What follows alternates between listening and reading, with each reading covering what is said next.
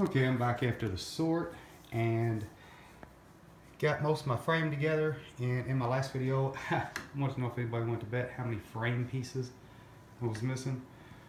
Well, I got out just the green fish box.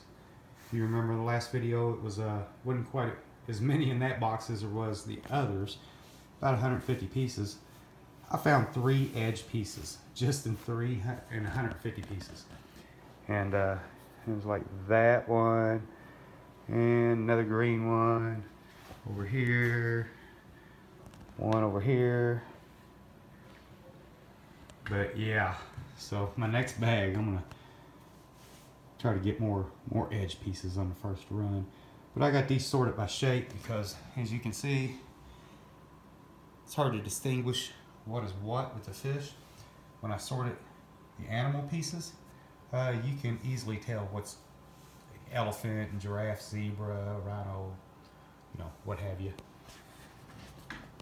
So I won't have to do them by shape. I'll be able to just pick one up and put it down where it goes. But these here, I went ahead and sorted by shape. And I'm going to start putting together all my green fish.